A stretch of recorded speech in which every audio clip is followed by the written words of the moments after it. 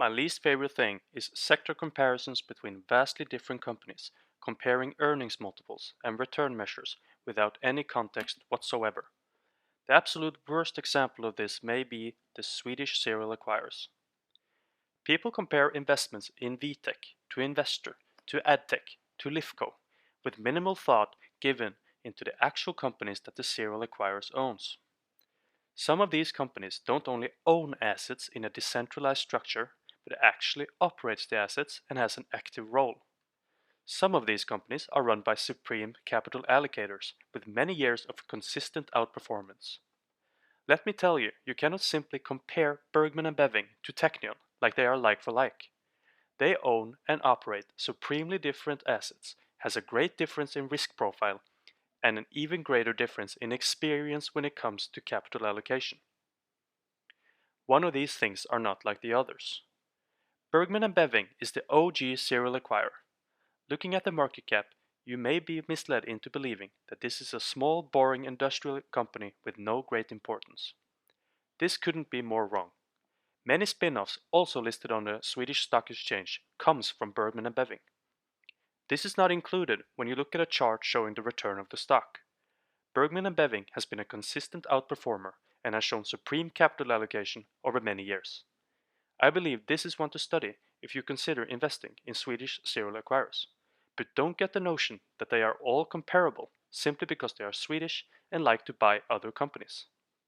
I mean, would you compare TerraVest to Constellation Software? They are both Canadian and they both buy other businesses, so why can't you compare them?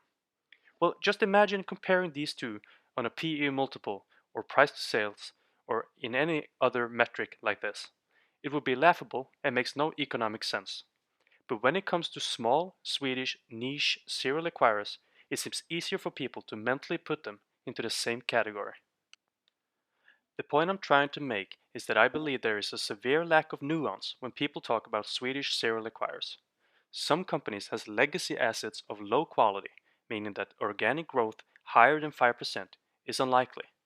Other companies, like Lifco, owns great assets and organic growth will be greater. Some companies, like Technion, has unproven management and capital allocation skills. They need to perform before one can put them in the same bucket as the others. Some companies has great return on invested capital, but may have poor return on incremental invested capital, which is what matters. It's obvious that all these companies are not the same.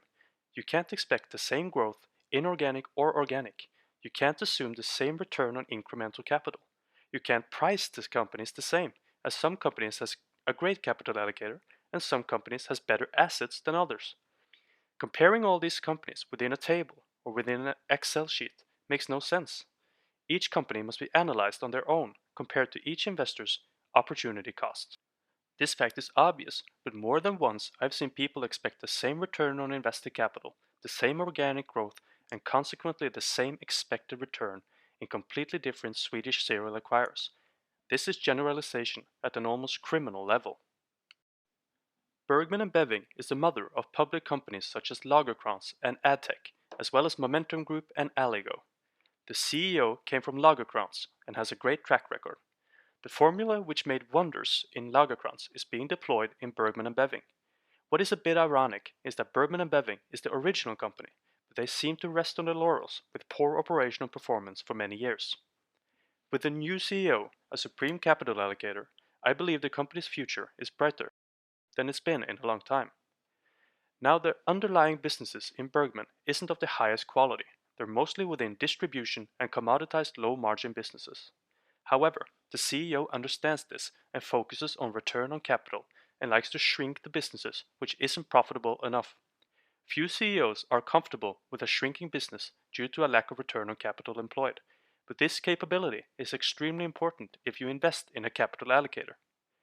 Growing revenues and assets are often linked to management salaries and bonuses, so when you find a CEO who doesn't care about shrinking parts of the company, you should really pay attention. I estimate that the normalized free cash flow for Bergman is around 500 million Swedish kronor each year, after maintenance capex in PP&E and intangibles. Trading at around 8 billion Swedish kronor, the yield is approximately 6% in terms of free cash flow. This is at a share price of 300.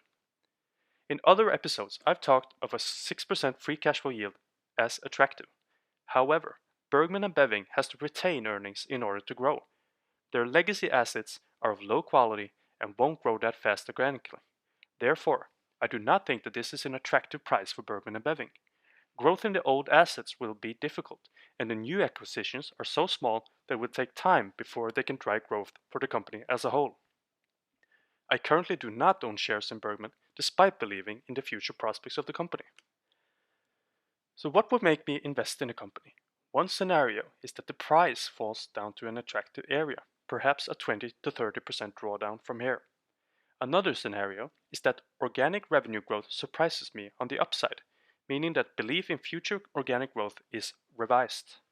Lastly, the company may invest their capital at incremental returns which is higher than I anticipate. This could also make me want to invest in a company, despite the current free cash flow yield. In the future, I may make episodes on other serial acquirers if there is any interest. Please interact with the podcast if this is the case.